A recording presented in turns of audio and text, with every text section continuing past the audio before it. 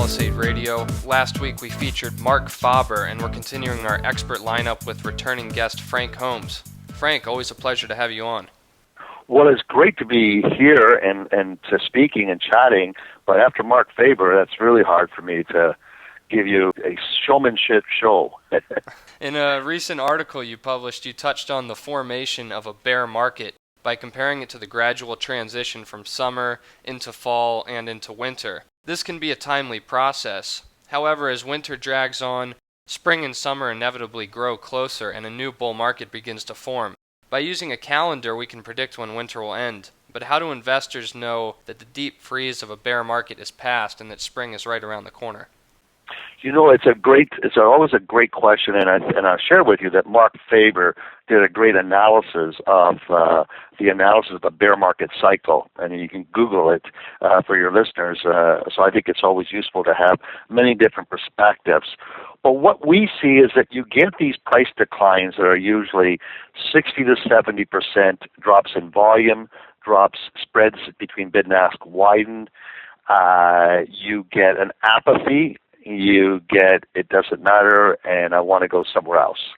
That's usually that sort of exhaustion that takes place, and that's when all the leaves have fallen off the trees and you have your first snowfall. So as you go through that winter, it's time for new leadership. And what will the new leadership be? Will it be gold stocks? Will it be what appears right now in the hot metal space as zinc, aluminum? Most of the aluminum is tied up by majors. So where do you look for the zinc mines? And zinc stocks have had a fantastic run. And North American assets that are involved with palladium, platinum. You're probably start seeing the South Africans to turn because the dollar is strong and South African rand is down. So you get these new leadership as you come out of the winter.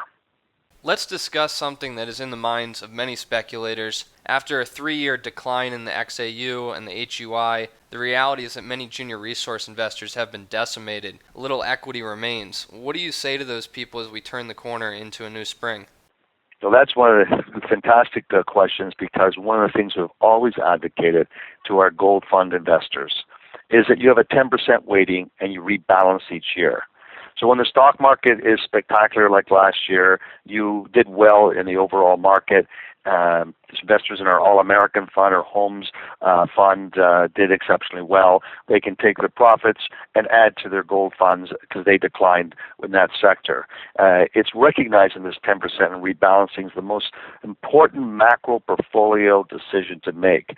Now, as these stocks have fallen, the big part now is to try to analyze your juniors. So if your listeners have these juniors, they have to first of all find out what the company's burn rate is, how much cash is in the till, and then what is the assets, like how many ounces of gold or pounds of copper they have, to get a basic book value analysis and to try to figure out if they have to do another financing because to stay alive, to make listing fees, to be in the capital markets, it is going to cost $500,000 to $1 million a year in the exceedingly expensive, and each year it only rises, environmental to regulatory listing fees and costs.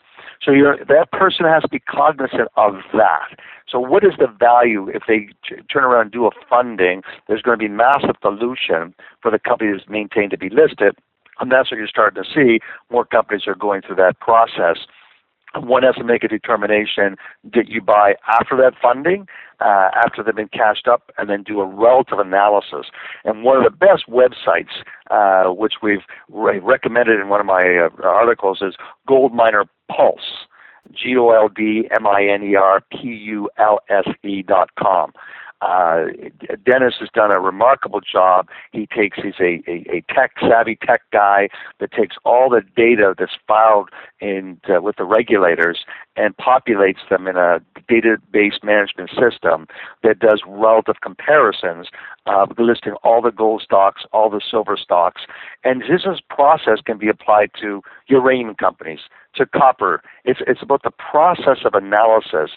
And what the average investor doesn't realize is that they do that when they go shopping to buy gasoline, or they go to their favorite supermarket and they're comparing produce, or they're comparing the cost of different brands of milk, canned food. It doesn't really matter. They're always doing a comparative analysis, and that is one of the best ways to look at stocks.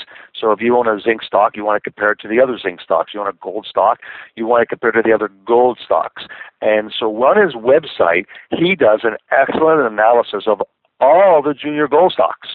And you can get it and dig in there and take a look at the various analyses and compare the company you own and try to make a determination, is it attractive on a relative basis, and find out how much cash they have so that they can still survive during this bear cycle.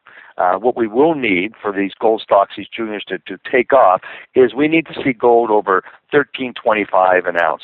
Over $13.25 an ounce, all of a sudden will breathe fresh air into their lives, and you'll see money flows showing up in response to that, and the stocks will be bid up.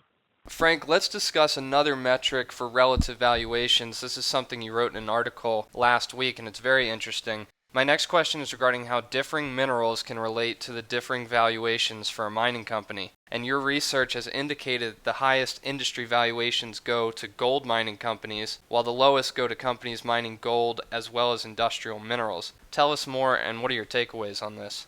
Well, why does that take place? I think a big factor is scarcity. All the big South African gold mines are 2 miles deep. Very, very difficult to mine, expensive. So there's a scarcity factor. CapEx, the capital cost to develop a mine is so great, and so therefore the challenges to generate cash flow is just becoming more and more difficult. There's not been any significant 3 million ounce gold discoveries that are of a grade that's sufficient to bring into production in the past 3 years. So things like that make gold very scarce. When we look at the big uranium boom that took place, that was another basic commodity at the time, had tremendous scarcity. There's not that many operations around, and it lends itself that any type of shortfall in uranium supply, you immediately see these uranium stocks soar again. That's the things that we look at. Now, big copper mines, once they bring these operations to production, they produce for 30, 40 years. And it's a different factor outside the big capex up front to turn around. The scarcity factor is not as great as it is for gold. So gold multiples have historically traded at higher valuations. Before the call, we were talking about China, and you mentioned the importance of watching the PMI. We were recording on September 3rd, and you said that yesterday was a very big day, which would be Tuesday. What happened to the PMI yesterday? Well, it's important for your listeners to appreciate that PMI globally is the same in America as ISM. And what we saw yesterday was that ISM in the U.S. was spectacular. It hit the ball right out of the park. Can't even find the ball. It's gone past the parking lot. And that makes the dollar very strong. Immediately, other commodities took it on the chin yesterday. But the other factor that's more significant for commodity demand going forward is looking at what they call ISM going forward and PMI out of China, because China is an 800-pound gorilla. It's 50% of all the commodity demand. And their PMI numbers, the 1 month went below the 3 months. Now, this great run we had in a lot of the metals year to date it took place because in December of 2013, the PMIs in China, the 1 month went above the 3 months. And all of a sudden, going into 2014, we've had a nice run. And I think that this slowdown in China created a great disenchantment. Now, why is this taking place a factor in China? A lot also has to do with Europe. There's more trade between Europe and China than there is between America and China. So Europe slowing down has a bigger impact on this sort of contagion that takes place around the world. What's positive about that is that these politicians are now very quick to respond with stimulus packages. And I think they've exhausted the monetary stimulus package. Next, we're going to have to start seeing fiscal stimulus where there's going to be tax-free zones. They're going to drop tax rates. They're going to streamline regulations. There's something like that to stimulate job creation and economic activity. Whereas 2 years ago, they weren't so quick to respond. Now politicians are much faster to be responsive. So the positive news is that the ISM PMI of America remains very healthy and strong. The global PMI is still positive, but China is gone into the fading zone, so everyone's basically risk off trade, waiting to see what they're going to come up with stimulus for economic development will take place there, and Europe. So we are looking for key economic factors coming out of Europe these next 2 weeks, and looking for things coming out of China.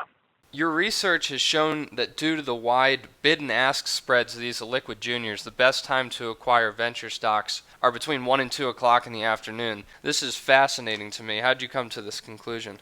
Well, we did this many, many years ago, 20-some-odd years ago. We noticed, actually 25 years ago, that we noticed that gold stocks, and back in the heyday when we used to trade ASA was the go-to, and Barrick and Newmont on the big cap South African and North American gold stocks, that their bottom happened when the COMEX futures gold price closed. And it closed 1 o'clock in the afternoon, and all of a sudden you would get a close taking place around between 2, the lows were between 2 and 3 East Coast time would take place for the gold stocks. And then you would get that rally in the afternoon because buying start to come in. And you also get a lot of investors get fed up, and they've left, and they're not there, so the markets are thinner in trading, is probably another factor. But that pattern hasn't changed, and what we try to highlight with investors is different than NASDAQ, and it's different than, and there's these interesting patterns. And I remember years ago asking Yale Hirsch, what stimulated him to create Stock Traders Almanac and look at these patterns, and he says music. He loved music, he composed music, he played the piano, he was a concert pianist, and he looked for patterns in stocks. So he wanted to know the best years to buy, the presidential election cycle, which are the best months and worst months of the year, what are the best weeks of the month, and days of the week. So with that, we started applying that to take a look at patterns in gold stocks. And what we've noticed is that it's usually in the afternoon after COMEX gold closes, the GDXJ seems to find its base and has a rally along with the gold stocks, the ASAs, the Newmonts, and the same thing is actually trickles down to the juniors. And Frank, closing out, I'm sure all of our listeners would like to know, do you have any predictions for how gold and gold stocks might perform for the rest of the year and into 2015? Well, historically, in the month of September is an up month, and the same thing for this cycle until Chinese New Year. It starts in July, August, and runs to the Chinese New Year. We get these surges in gold demand that come out of Asia.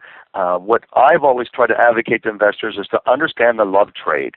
And jewelry demand is very, very profound and significant. One reason why gold went to $1,900 is by tracking the GDP growth per capita out of China and India is significant. So for the past 3 years, China and India has actually slowed down on GDP per capita growth, and that's impacted the love trade demand.